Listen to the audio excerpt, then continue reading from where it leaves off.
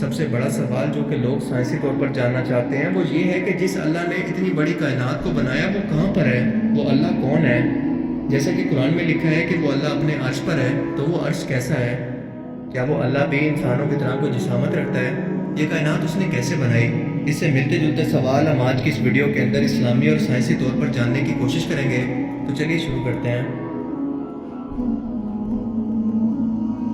اللہ تعالیٰ قرآن کریم کے اندر فرماتا ہے کہ اسی اللہ نے اس کائنات کو بنایا اور وہی اس کے نظام کو چلا رہا ہے، اور اس کے ساتھ ساتھ اللہ تعالیٰ کے کئی فزیکل ایٹیٹیوڈز یعنی خوبیوں کا ذکر بھی کیا گیا، جیسے کہ وہ رحمان، رحیم، سب کا مالک، ہر بات کا جاننے والا، خالق، موت دینے والا اور انسان کی تقدیر کا مالک ہے، وغیرہ وغیرہ۔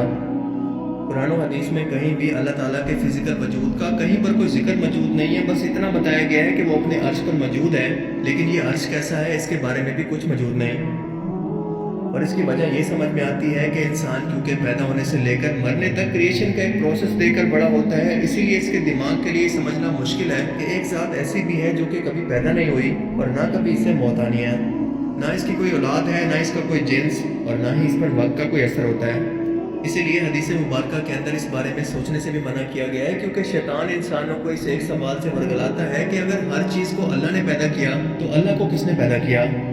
اسی لیے اس وقت اللہ سے پناہ مانگنی چاہیے شیطان کے شر سے۔ اور دوسری بات، اگر یہ مان لیا جائے کہ اللہ کی ذات پیدا ہوئی ہے تو سوال کھڑا ہو جائے گا کہ جس نے اللہ کو پیدا کیا اس کو کس نے پیدا کیا، اور اللہ کے پیدا کرنے والے کو کس نے پیدا کیا؟ یہ سلسلہ کبھی رکے گا ہی نہیں تب تک جب تک ہم اس بات کو تسلیم نہ کر لیں کہ ایک ذات ایسی بھی ہے جس کو نہ کبھی کسی نے پیدا کیا اور نہ اس کو موت آنی ہے، اور یہی تو اسلام میں اللہ کا تصور ہے۔ اب ذرا اسی تصور کو سائنس سے ثابت کرنے کی کوشش کرتے ہیں۔ سائنسدانوں کے مطابق ہماری کائنات، جس کی شروعات ایک بڑے دھماکے یعنی بگ بینگ سے ہوئی، یہ صرف کائنات کی شروعات نہیں تھی بلکہ اس سے اسپیس اینڈ ٹائم یعنی وقت کا تصور بھی شروع ہوا۔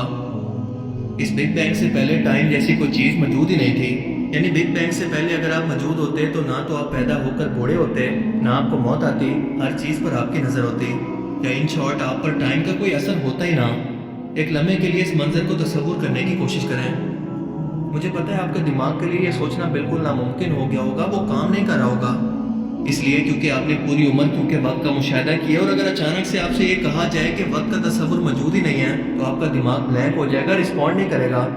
اور بالکل یہی وجہ ہے کہ انسانوں کو اللہ تعالیٰ کے وجود کے بارے میں سوچنے سے منع کیا گیا ہے، کیونکہ یہ انسانوں کی عقل اور سوچ سے باہر کا تصور ہے جسے وہ تصور کر ہی نہیں سکتے۔ اور اللہ کا عرش کیونکہ اس کائنات سے باہر ہے، لہٰذا اس ذات کو دنیاوی قانون کے مطابق جانچنا بے وقوفی نہیں تو اور کیا ہے۔ اس کے علاوہ یہ سوال بھی بے معنی ہو جاتا ہے کہ اللہ کی ذات کب سے موجود ہے، یا بگ بینگ سے پہلے وہ کیا کر رہا تھا۔ اللہ کی ذات اس بات پر پابند نہیں ہے کہ انسانوں کو جواب دے سکے کہ وہ اس سے پہلے یا بعد میں کیا کر رہا تھا یا کیا کر رہا ہے، یہ اس کی ڈیوٹی نہیں ہے بلکہ انسانوں کی ذمہ داری ہے ایسا کرنے کی، کیونکہ مخلوق کا خالق کسی کو جواب دے نہیں ہوتا۔ اگر انسان مخلوق ہو کر یہ سوال اللہ سے کر رہا ہے تو اپنی حدود کو پھلانگ رہا ہوتا ہے۔ مثال کے طور پر کوئی پہلے اسکیل کا بندہ 22ویں اسکیل کے افسر کو سوال نہیں کر سکتا کہ مجھے رپورٹ دو تم دن بھر کیا کرتے ہو یا کیا کرتے رہے، یہ اس کی حیثیت سے بڑا سوال ہے۔ اور وہ اللہ کی ذات کیونکہ دنیا و کائنات کی سب سے اعلیٰ ذات ہے، جس جیسی کوئی اور ذات دنیا و کائنات کے اندر موجود نہیں، تو کون ہے جو اس سے سوال کر سکے؟